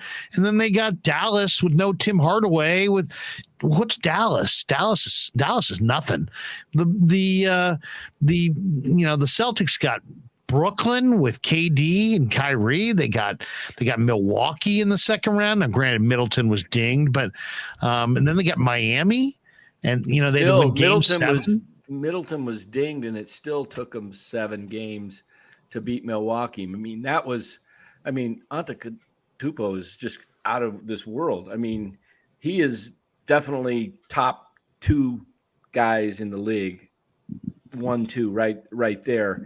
Well, and the one thing that worries me is that I think that the Celtics kind of can struggle against these really big, strong wing types that are, like the Giannis's of the world and the Jimmy Butlers and the LeBrons. Like those guys are kind of the guys, the slashers, the guys that are like getting to the line. Those are the guys that kind of, give them the most trouble historically. And the Warriors, I mean, look, Wiggins had a bunch of shots at the rim. I'll tell you how the Warriors win this game. Yeah. If the Warriors monster slam of some kind. No, if they just focused and really concentrated on not giving the ball up, turnovers, and played tenacious defense like they did in game 2, they could walk away and win the next 3.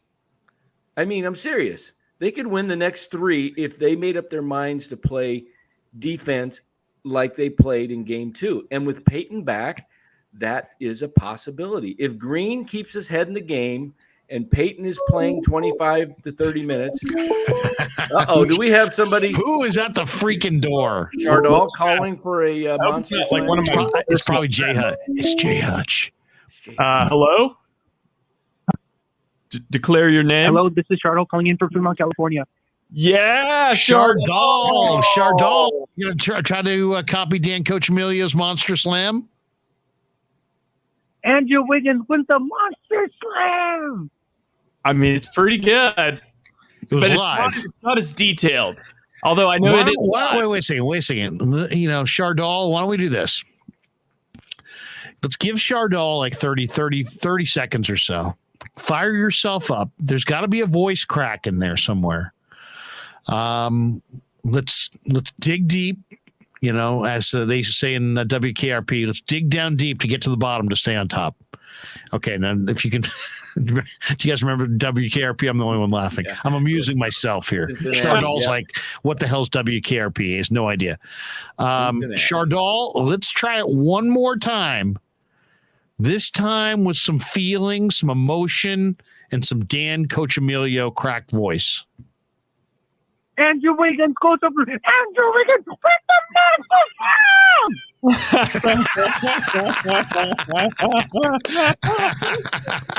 funny thing is, if that was the first one we heard, like after, like that was the first person that we heard impersonating him, it would be kind of funny because like it's such a diss. All right, let's do this. We've been going for an hour and a half. It's 11:45. We're going to go to midnight. So we're going to 15 more minutes. We'll go till midnight. While we're kind of filibustering on Chardol, and maybe we'll get a third edition, a rendition by Chardol. Chardol, is he still online? Hold on, Chardol, for just a second. We'll come up with a third rendition from Chardol on Danny's Monster Slam.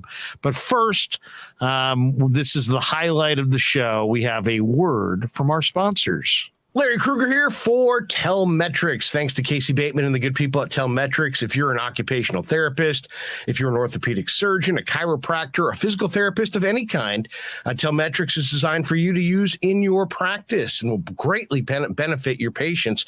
Telmetrics uses computer vision and artificial intelligence and provides a platform for outpatient rehab therapy services, both in the clinical and the telehealth environments. So using Telmetrics can improve your patient's experience and much more. So for all your sports injury needs, or if you're a physical rehabilitation specialist of any kind, make sure you use telmetrics.co, TELMETRIX.co. And thanks to Casey Bateman and all the good people at Telmetrics for being a proud sponsor of the Krueg. I'd like to thank our sponsor, Dan Coccimilgio. Dan is a buddy, and he is a phenomenal retirement planning specialist. And you can contact him today at securemoney.com or at his number 925-628-9966. There's a lot of uncertainty in our world right now, and you want to make sure that your money is secure. That is the key. Danny's got 25 years of experience, born and raised right here in the Bay Area, and he can help you get an immediate 10% premium bonus on your principal retirement account. So give him a call,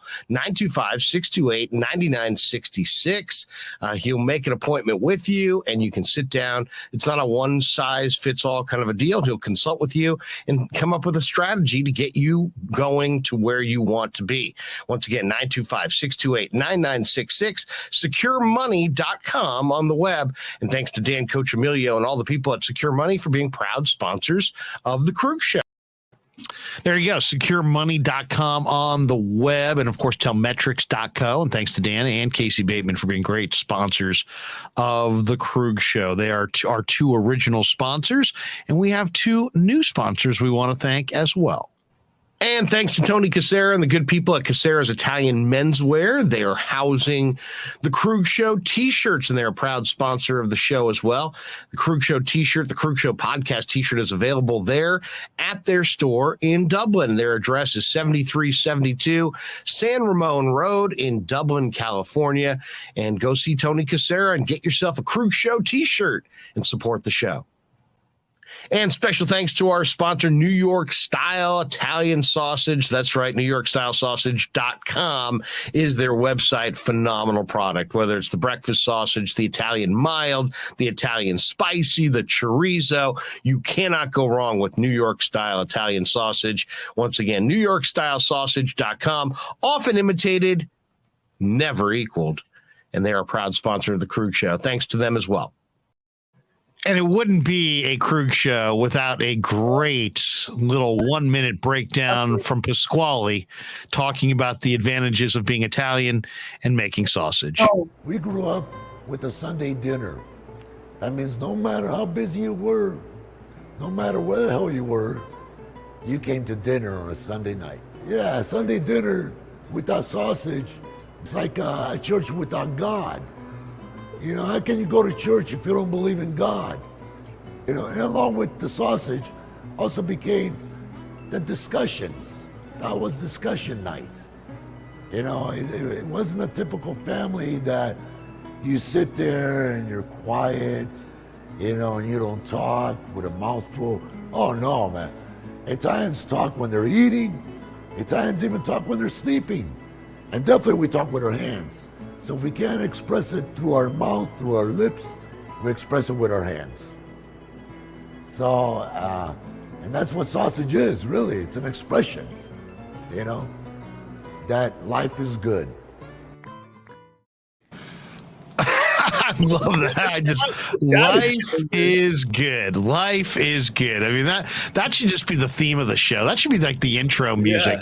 Yeah, life is good. We need some T-shirts. We need some Pasquale T-shirts. Oh, Pasquale. You know? We love Pasquale. I love the chat right now. Like Tony D was calling for it. Where's the Mafia New York Style promo? Also, Rebel 444. This is a callback. Maybe it's a callback to me, or maybe it's just it. Oh yeah, I love that one too. Leave the gun, take the sausage. But Rebel 444. Remember when I said that? But also maybe this is just he just thought of it as well. What about the Italian style New York sausage? Can I? Oh. Sunday dinner without sausage is it's like going to church without God. You know? Romo 2001. How do you go to church if you don't believe in God? Yeah. Tell Pasquale, Tony B. Tell Pasquale I loved him in the Many Saints of Newark movie. Oh my goodness, there's some great. And there was a bunch of people weighing in on Rocky in here as well. You know, doctor don't recommend I fight. I recommend I do. G. Martinez says, WKRP, by the way, great show. All right. Are we going to give Chardal one more crack? Yo, Chardal! Hey, yo, Chardal! Chardal, are you with us? I'm with you. All right. You are with us. All right, Chardal, this is for all the money. This is like, we're like, you know, this might as well be this is like the showcase showdown. You know what I mean? This is really it. I mean, there's, you know, you get what you get with Chardal, but before you start, where are you at right now? What room are you in? Yeah, what part of the house? I'm in the living room. Are you by yourself? I'm by myself. Okay. And have you hit the like and subscribe button yet? I will. Oh, he hasn't done it yet? You haven't done it yet? All wait a minute. Mute him. Put him on hold. Put him on hold. Hold on, Chardal. Hit the like and subscribe before we need that. We need the like and the subscribe punch before we go to Rebel 444 says it's crunch time. It's crunch time. I'm going to unhold. All right. G. Martinez says, come on, Chardal, bring it. Bring the fire. Did you hit the like and subscribe button yet? I did. Anonymous is Luca Brasi sleeps with the sausages. All right, that's awesome. Okay, Chardal trying to go for Danny's tickets tomorrow night. Okay. Let's do it. Let's do this. Yo, Otis, let's do this. All right. Do you want to hear Dan's call one more time? That's from the movie Colors. All right, go ahead. He's going to drive to the hoop again. He kicks it out to Wiggins. Okay, here's one last time. Danny, here's the real deal. He's going to drive to the hoop again. He kicks it out to Wiggins. Wiggins drives, goes in for a monster slam. Oh, they're calling it an offensive foul. No way. All right. Kelch Chardal. Chronicle says this is your moment, Chardal. Full throttle. Full throttle. And for full disclosure, where are you calling from? Were you in the South Bay? Where are you at, Chardal? I'm calling from Fremont, California. Fremont. The pride of Fremont. The pride of Fremont. And the joy. That's right. The pride and joy of Fremont. Who's Fremont High's most famous athlete? Fremont of Sunnyvale or Fremont, California? They had a basketball player at Fremont of Sunnyvale named Justy. Who was like 6'10". He was really good. Who's the best player to come out of Fremont High? Basketball, football, or baseball? Chardal, there may not be a greatest player out of Fremont High. Really? Or no, you're going to say no. Maybe Eck. I think Eck. Right? Wasn't? Look it up. I think it's Eck. Dennis Eckersley? Or maybe he's Union City. I thought he was Fremont. I'm pretty sure Eck's from Fremont. I'm going to look it up. Yeah, look up Dennis Eckersley. I'm pretty sure Dennis Eckersley grew up in Fremont, and Eck was awesome. Probably one of my favorite athletes of all time.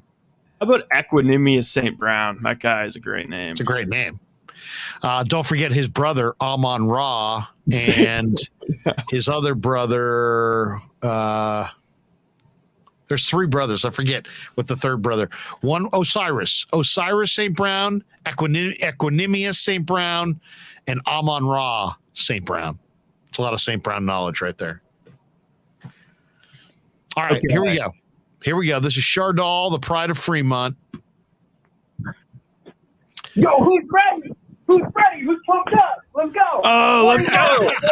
Let's go. Chardal's bouncing up and down. Chardal's raising the roof. Let's go. Wait. Andrew Wiggins throws to the basket. He passes it out for the monster slam. Chardal, that was pretty good. It wasn't bad. But that can't win. We can't give that. We can't give that one, right? I mean, no, it's Chardal. We appreciate it, but part of it, like they say, like school work, 50% is just showing up, and Romo, he took home the assignment and he had it down to a T. Didn't miss one word. Chardal, it was a good effort, but let's just not forget the bottom line here, which is Dan's seats are close to the bathroom. All right. So just remember that. Danny's seats are close to the bathroom. And look at Danny's dog right there. Look at that. Sosha wearing his. No, that's not Sosha. That's Buster. That's Buster. Yeah, we don't want to go full blasphemy. Yeah, Chardal, you were the hype man.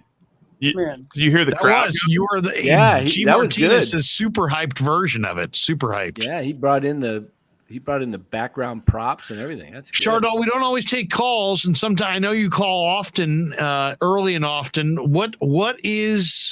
us your thought of the night. I mean, we got Warriors Celts tomorrow night, game 3. We had Giants-Rockies, first game off the road trip, 5-3 Rocks. You got a sports thought you want to share with us? I mean, so for the Giants, I mean, this was a phenomenal game, against the Rockies. I mean, the Giants were down 1-0 when Connor Joe hit that home run. But we didn't even talk about Connor Joe. It was ruled a double and then a home run, right? Former Giant, he was great on the Giants when he was on the roster. But no, he wasn't. No, he faced the pitcher, if I remember correctly. Did he even get a hit? Yeah, I think he got one hit. When you say great, let's look up his stats. He played 8 games. He had 15 at bats. He had 1 hit. Yeah, 1 hit. So I would say he most definitely was not great. He wasn't even facing. He wasn't even. Let's be totally honest about this. He wasn't even facing the right direction. I mean, this game was pretty incredible, but I was on the edge of my seat all night. I couldn't believe it. It was incredible. He had 067 with a 135 on base. Yeah, but Larry, he had great enthusiasm. But it was a robust 167 on base percentage. But I'm really excited because I'm attending the Game 3 watch party tomorrow with my friend at Chase Center. Nice. I was thinking about that. Going, it seems pretty cool. My friend's going, and the tickets are only $25 each. Oh, not bad. Did you say 25? 25 just to get into a watch partner. 25. So wait a second. Where is the watch party? On the outside the arena? Yeah, in front of Chase, right? It's going to be inside the arena. It's going to be in the It's going to be in the upper level and the lower level. Wait, are we going to be able to throw trash at oh, no, TNT's No, he not. says it's inside. It's inside, he's saying. Because it's away. Oh, very cool. Because before the that'll be fun. That'll be fun. Cool. I might do like that idea. I like the idea. So you're gonna celebrate in community. It's more fun when you're out there with a bunch of people. Then you can high five them, and right. And the greatest thing that would happen the greatest love of all. The great with Steph Curry, and then I was warming up with Steph Curry on the Warriors home court. You were? I want to. Oh, you want to? I want to play Steph Curry 1-on-1. How many points do you think you could get? I'm going with Steph. But a game to 11? Okay. But what about this? There's no 3-point line. So it's just Chardon. I want to know before I place my bet on Elam this. ending? Is maybe the Elam ending? Maybe you could win in the Elam ending. There is an Elam ending. I want to know how tall Chardon is before I bet. I'm not sure if I'm going with Steph or Chardon. So that's kind of, you guys almost sound like brothers. Steph. Chardon's a little younger though. He probably has the legs. How tall are you, punk? Danny just said, throw a Radnich out there. How tall are you, punk? I'm How tall are you, Chardon? What's your vertical? I'm 5'10", 160 pounds. Okay, that's not bad. What's your vertical? 5'10", 160. All right. What's your vertical? I don't know my vertical. I would say it's 34.5 inch vert. 34.5 inch. What's your 10-yard split? I'm a 5'4" vertical. 5'4" vertical. That's not bad. 5'4", okay. How many reps of 225 could you get on the bench? Probably, I don't know, 5 or 10. 5 or 10. Okay. I'm 225? I think 225. He says he can do 5 or 10 reps at 225. 5'10", 160. Are you pretty quick to your left or right, or can you go both? I'm pretty versatile. I can move both directions. I can move on and off of the ball. Really? Ranger 44 says, "Where did you grow up, punk?" And then Clarence Peaks with "How close are you to the arena or to the station, punk?" Todd K, "Where are you from, punk?" Oh, that is awesome. So what's your can you dunk it? Can you dunk, Chardon? No, I have to first get taller. Like I have to be at least 7 feet tall to dunk. Okay, Chardon. You can't dunk, but can you touch the net? I can touch the net. Oh, I'll take you then. Chardon, I have an important and strategic question that I just need to know for this hypothetical. All right, who do you think between you and Steph Curry would get more startled at the eye of the tiger starting to play inside the arena while you were competing? I would get more startled. You would get more startled. That's good honesty. Yeah. I'd be pretty startled too. Anonymous. Have you ever been in a Turkish prison? No. This one, no. Anonymous. Do you like movies about Roman gladiators? All right, that's enough. Hey, Chardon, thanks for calling, bro. Who are we giving the tickets to, Danny and Rye? Who's getting it? Who's our winner? Romo. 2001. Romo. We're giving it to Romo, Chardon. But have a great night, my man. And I got tomorrow. I got the Golden State Warriors winning the game over the Celtics. I got them winning 145-100. I got them winning by 45. I got Curry dropping 50. You say it's going to pop for 145 on the road? Well, hey, what Chardon, wait a minute. Mark Graves said I picked a bad day to quit sniffing glue. Chardon, what's happened to you that you have lowered your standards? 2 weeks ago, you said you had the Warriors by 50 in one game and 60. You're only going with 45 tomorrow? So let's say, so I'm changing my prediction. I'm saying that Warriors are winning. Warriors are putting up the score is going to be Warriors 160, Celtics 100. Warriors winning by 60. Curry's going to put up 50 points, 11 rebounds, and 10 assists. He's going to get a triple-double at Chase Center. Wow. Chardon, you're a beautiful Chardon, if that happens, Chardal, I'm going to tell you something right now. If your prediction, if you get here we go. If you get 2 of those 3 right, the Warriors get 160 or Steph gets 50 and 11 rebounds, I'll give you the rest of my season tickets to the Giants for this year. Look at that. Just Dude, that's the greatest thing that's the greatest thing anybody has ever said to me. I'm truly flattered. Dan Coccimilgio has truly flattered me. Dude, you got to get 2 of the 3, though. No, I like Dan so much, man. He's a pretty cool guy. SecureMoney.com. Don't forget it. All right, Chardal, have a good one, my friend. Have a great night. We'll talk to you later. Hopefully crush Boston tomorrow and take that 2-1 series lead in the NBA Finals. Chardal, it's time to kick ass. It's time to kick ass and take names. All right. Goodbye, Chardal. We appreciate you, brother. Have a great one. Chardal. And like that, he was gone. Okay, one more hit. First of all, why don't we go final thought around the room here, and then we'll finish with one more hit of Danny, and then we'll play the intro or the outro. Bye-bye, Salinas, Tony D. That Tony D says bye-bye, Salinas. That alone might be worth it. What do you guys got a final thought tonight? Final thought tonight. Fun live stream tonight. We went for almost 2 hours. Went till midnight. Giants had kind of a snoozer game. We got a big night tomorrow night. We got Warrior basketball. I'm back at minicamp tomorrow. Should be a great day. Should be an outstanding day.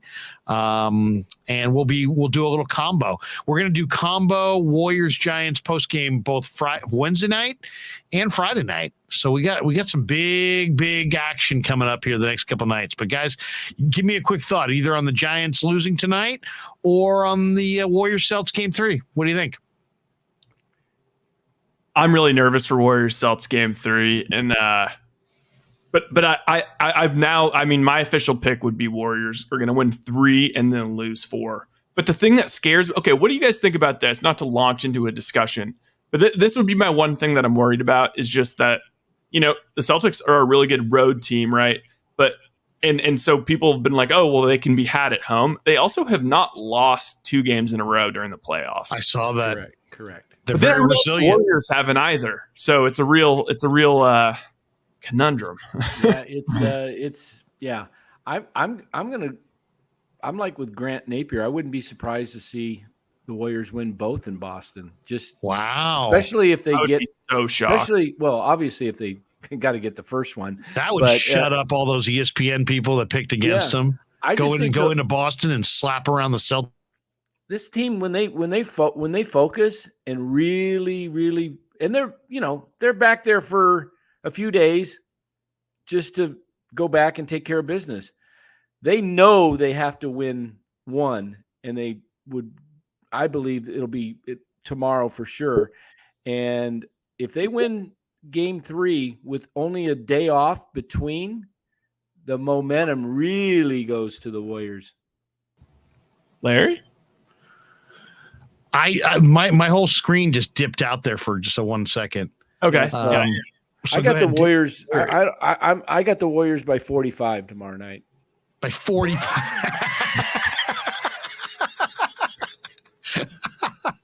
Wait. This is a question that we should all answer because this is another big talking point is what do you think the Celtics are going to do in terms of like Draymond, set the tone physically and all that? Like, do you think that they're going to try and match it? Like, and be petty back with him or back against him, or just kind of keep ignoring it? And also, like, do you think the refs are going to maybe shut Draymond up? Well, here's how it's depending on how you view this thing. If you're one of these people that views Draymond Green as out of control, then you think he's going to cross the line in game 3. I don't view Draymond that way, and I think the Celtic crowd does. So they're going to try to incite him. They're going to try to get under his skin. Boston's going to try to fire him up, and it ain't going to work. He's too smart of a player. He's going to play an epic game. Golden State's going to Boston tomorrow night, and they are going to go up 2-1, and they're not looking back. And I'm very confident of that one right there. Let me get one more from Danny before we play the outro. But we got to hear Danny one last time before the outro. But guys, great live stream tonight. Really, Jenny, I don't know where you were, but you were late to the party tonight, Jenny. So join us. She says hello, everybody. And then Tom says, hey, Jenny, it's almost over. But hey, you know what? Don't blame Jenny. She got to the proceedings a little late. She said she's going to be at the game tomorrow. Are So we looking for a little matchmaker with Romo and Jenny? You never know. People Oh, met no, on our show. Maybe married. she's talking about the Warrior game. Is she going to the Warrior game or the? I don't know. Jenny, you Maybe going her- Warriors? Jenny says hello. Are you going Warriors or are you going going Giants tomorrow night? I think it's Tom Warriors. says Jenny's a babe. All right, let's not Easy now. Easy now. If it's the game, is Jenny and Chardal going to the Warrior game? Here we go. Jenny's To the weighing in one more Giants. time. She's going to the Giants. Going to the Giants. Oh, you Jenny's should have going to the called in Giants. and given the Monster Slam. You could have had maybe 2 tickets, but she's got her tickets. And go Giants tomorrow night. Come back. Let's win tomorrow night. Win Thursday afternoon, and take 2 of 3. And then the Dodgers come to town. And Ned's going to be with us Saturday night, by the way. Ned Coletti will be back on Saturday night for the national TV game. Audius going for the Dodgers in that one against the ace, Jacob with a K, Junis, Saturday night. All right, let's fire one more of the Monster Slam, and let's bolt for the door. He's going to drive to the hoop again. He kicks it out to Wiggins. Wiggins drives, goes in for a Monster Slam! Yeah, never met a man I've been scared of. Careful, you gon' get exactly what you asked for. Handful, whatever you bring me getting handled. I answer to no one, I don't need to hassle. Yeah, we ain't never fall back. Hold our ground.